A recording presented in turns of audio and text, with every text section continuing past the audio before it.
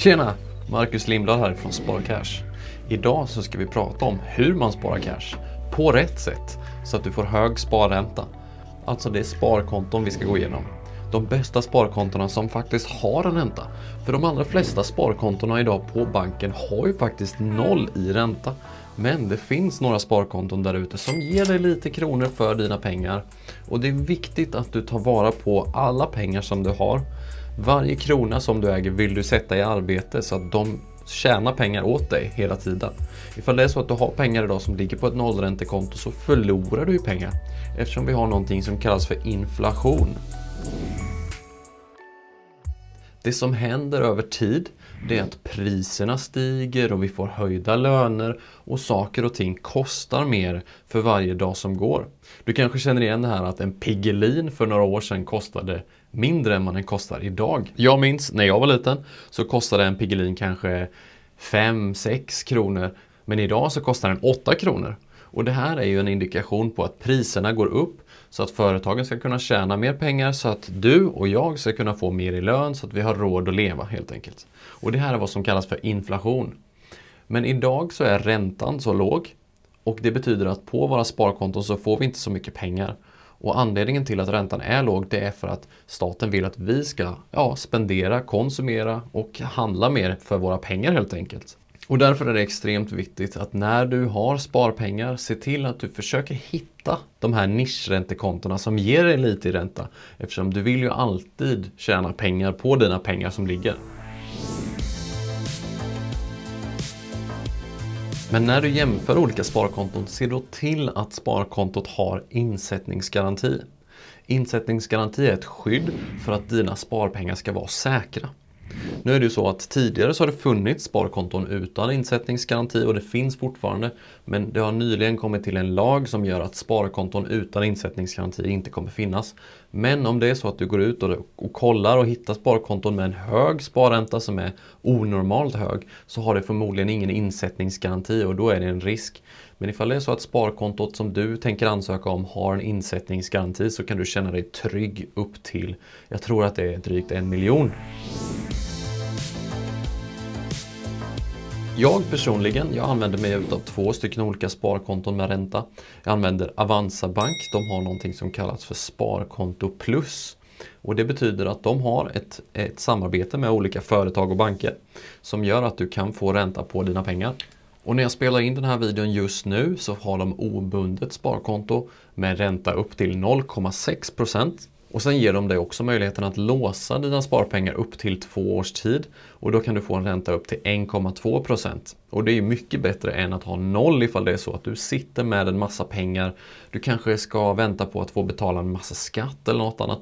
Då kanske det är sunt att du binder upp dina pengar under den perioden och får lite mer ränta på. För det kanske inte är så smart att du investerar dina pengar ifall det är så att du behöver de här inför någonting. Att du ska, jag vet inte, bröllop eller du kanske behöver pengarna inom en tid helt enkelt. Och då kan det vara smart att använda sådana här låsta sparkonton för att få lite ränta på pengarna. Och då är det ju säkerställt att du inte kan ta pengarna ifall det är så att du kanske lätt går in på sparkontot och tömmer det och köper en massa skit för det. Då kan du binda pengarna istället. Smart. Sparkonto nummer 2 som jag använder mig utav det är Komplett Bank. Komplett Bank har ett sparkonto med 0,85% i ränta.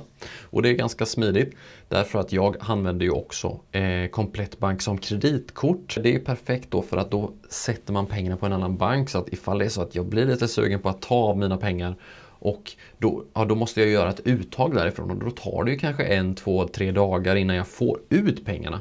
Så det är ett litet hack ifall du har lite problem med att du ofta roffar på dina pengar som ligger. Ja, men då är det ett tips till mig att skaffa ett sånt där sparkonto med ränta på en annan bank än den du vanligtvis har. Och sen har vi Klarna sparkonto. Klarna de har en bindningstid upp till 2 år och där du kan få hela 1,45% ränta. Och det är perfekt ifall det är samma sak här ifall du behöver binda upp dem. Eller så kan du använda deras obundna sparkonto på 0,85% ränta. Om du har sett min tidigare video om mina investeringar så kanske du har hört det att jag brukar köra efter en 80-20 princip, och det är att 80% av mina pengar, de vill jag ska arbeta. De ska ligga i ett långsiktigt sparande, alltså investerat i aktier och aktiefonder och sånt. Och de sista 20% det är sånt som jag behöver för kortsiktigt, till exempel för att betala hyran eller köpa mat. Och de här 20% de behöver ju inte ligga helt cash, utan jag kanske inte behöver alla dem på ett sparkonto till hyra eller annat. Ja, men då kan det vara så att jag använder dem till att investera i till exempel peer-to-peer-lån eller något annat som får lite ränta på sig, men som jag personligen anser inte har lika hög risk som aktier till exempel. Och det jag personligen använder är SaveLend. SaveLend är perfekt. Upp till 10% har jag uppnått i avkastning, och de själva går ut med 5-8% per år tror jag att det är. Det jag gör med de här 20% som ligger, det är att jag använder vissa tjänster som till exempel SaveLend som är en peer-to-peer-kredit, och det jag gör helt enkelt är att jag lånar ut en del av mina pengar som jag har till andra som vill till exempel ta ett lån. Det kan vara ett företag, det kan vara en privatperson som behöver låna pengar, och då gör de det genom SaveLend eller några av företagen som de äger då. Och då får jag en ränta på mina pengar. Och jag tycker att den tjänsten är lite bättre än att ha dem på ett sparkonto med pengar som jag kanske inte behöver idag, men som jag heller inte vill investera i aktier och annat.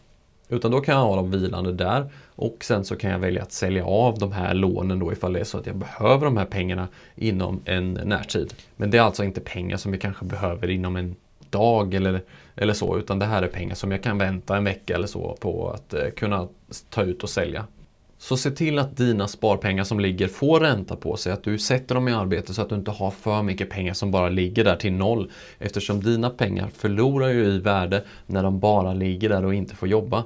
Så det är bättre att du antingen investerar dem eller sätter dem på ett sparkonto eller investerar i sådana här krediter eller något annat.